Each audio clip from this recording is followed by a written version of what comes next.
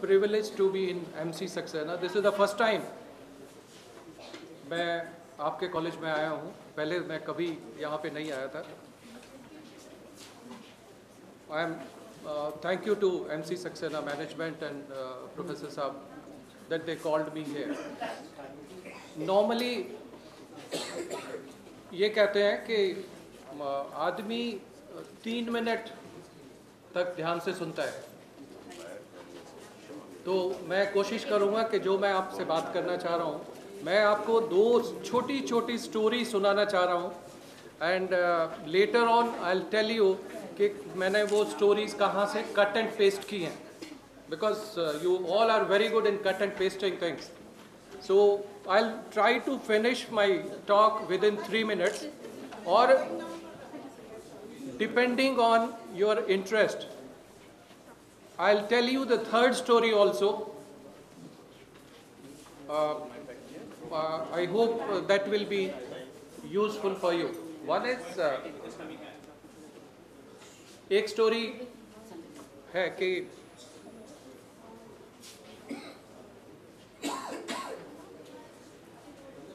एक आदमी सवेरे सवेरे घूमने के लिए जाता है बाहर और देखता है एक वर्कर. आई होप सब लोग आप सुन पा रहे हैं. सुन पा रहे हैं आप लोग? गुड. तो वो घूमने जाता है और वो देखता है वर्कर सड़क के किनारे बैठा हुआ पत्थर तोड़ रहा है. तो उसके पास वो आदमी जाता है और उससे पूछता है कि तुम क्या कर रहे हो. उसने कहा मैं पत्थर तोड़ रहा हूँ. उसने कहा ठीक है, और वो वापस आ जाता है. कुछ 2-3 दिन के बाद वो फिर उसी सड़क पे जाता है और उसको दूसरा एक वर्कर मिलता है बैठा हुआ. वो सेम काम वो भी कर रहा है, लेकिन वो आदमी जब उससे फिर दोबारा से वो क्वेश्चन पूछता है कि आप क्या कर रहे हो, तो वर्कर कहता है कि मैं मंदिर बना रहा हूँ. I'll ask all of you to think over this story. ये खत्म हो चुकी है. इसमें आप देखिए डिफरेंस ऑफ परसेप्शन. आप अपने काम को किस तरीके से सोचते हैं. आप इंजीनियर बन रहे हैं, अब आप इसको किस तरह से डिफाइन करेंगे, that depends on you. Second small story. एक आदमी अपने कुत्ते को लेके घुमाने के लिए मॉर्निंग में जाता है. तो उस आदमी को एक खरगोश दिखाई देता है और वो कहता है कि ठीक है.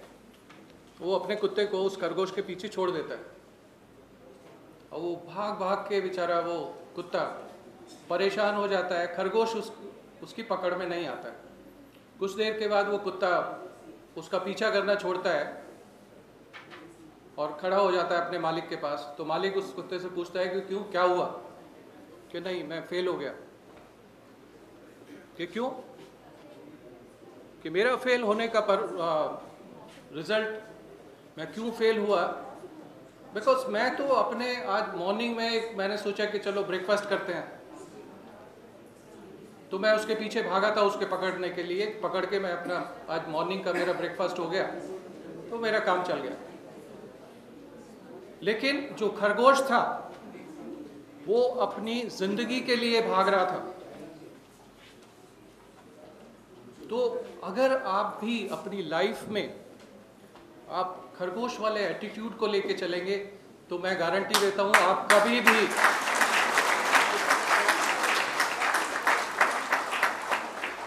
कभी भी फेल नहीं हो सकते.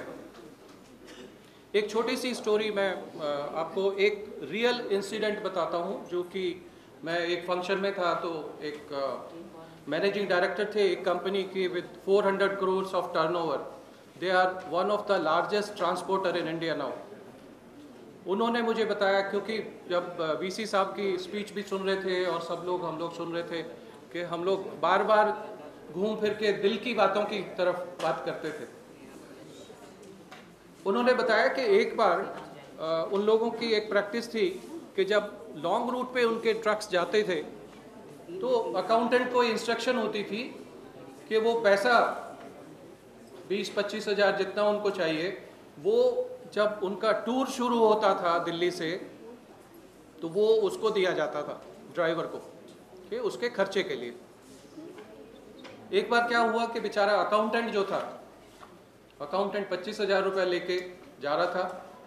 उस टाइम में पुरानी बात है कि डीटीसी की बस में जा रहा था, तो उसकी जेब कट गई और वो सारे के सारे पैसे उसके पैक हो गए। अब वो गरीब बेचारा अकाउंटेंट जिसको 4,000 रुपये मिलते थे उस टाइम में, और कंपनी की पॉलिसी ये थी कि अगर आपने गलती की है तो उसको भुगतो भी, यानी आपको आपकी सैलरी से कटेंगे या फिर आपको कहीं ना कहीं से लाके देने पड़ेंगे। That was the practice of the management. और किसी के पास पावर नहीं थी पूरी कंपनी में कि उस पैसे को वो माफ़ कर दे। उस बेचारे अकाउंटेंट ने मैनेजर से कहा, सर मेरा तो मैं कमाता ही 3,000 रुपये हूँ और मैं अपनी फैमिली को किस तरह से सरवाइव करूँगा पूरे महीने। तो भाई मैं तो कुछ नहीं कर सकता, ये पावर जो है ये सिर्फ मैनेजिंग डायरेक्टर को है, वो ही माफ़ कर सकते हैं। तो उसकी हिम्मत नहीं हुए एमडी के पास जाने की कि मैं जाके उनसे माफ़ी मांगूं। लेकिन 10-12 दिन के बाद वो एमडी के पास गया, वो अकाउंटेंट जो था एमडी के पास गया कि सर मेरा प्लीज़ ये माफ़ कर दीजिए, ये जो मेरा ये 25 हज़ार रुपये चोरी हो गए, मैंने तो जानबूझ के तो हुए नहीं, बट पर मैं आपको बताता हूँ मैं नहीं करूँगा, दोबारा से ऐसा नहीं होने दूंगा। तो एमडी जो थे उन्होंने कहा कि भाई ऐसा कैसे कहते हो कि मैं नहीं होने दूंगा। कि जी मैंने क्या किया है कि आप सबको मालूम होगा कि एक कॉटन का बनियान बनता है जिसमें एक पॉकेट होती है, यहाँ पे लेफ्ट साइड में दिल के पास एक पॉकेट होती है। आप मेरे ख्याल से जो यंग स्टूडेंट्स हैं उनको नहीं मालूम कि इस तरह का बनियान होता है, पर मेरे ख्याल से जो पुराने लोग हैं उन सबको मालूम है कि इस तरह का एक बनियान होता है जो कि, और पैसा वगैरह उसी में रखा जाता है। जब आप ट्रैवल करते हैं, जो बसेस में ट्रैवल करते हैं, तो वैसे ही रखा जाता है। कि सर मैंने क्या किया है कि मैंने एक बनियान बनवा लिया है, तो जब भी मैं पैसा कैरी करूंगा उस बनियान की पॉकेट में रखूंगा। और दूसरी बात यह है कि मेरी माँ जो है, माँ ने मुझे बताया है कि जो चीज़ दिल के पास होती है वो कभी नहीं भूलते हो आप। तो इसलिए मैं आपको कह रहा हूं कि मैं इस तरह की गलती कभी नहीं करूंगा। ये बात सुन के उस एमडी ने उसके टोटल 25 हज़ार रुपये उसके माफ़ किए और दोबारा से उसको। तो मैं ये कहता हूं कि अगर कोई भी चीज़ आप दिल से करते हैं, आप कभी नहीं फेल हो सकते।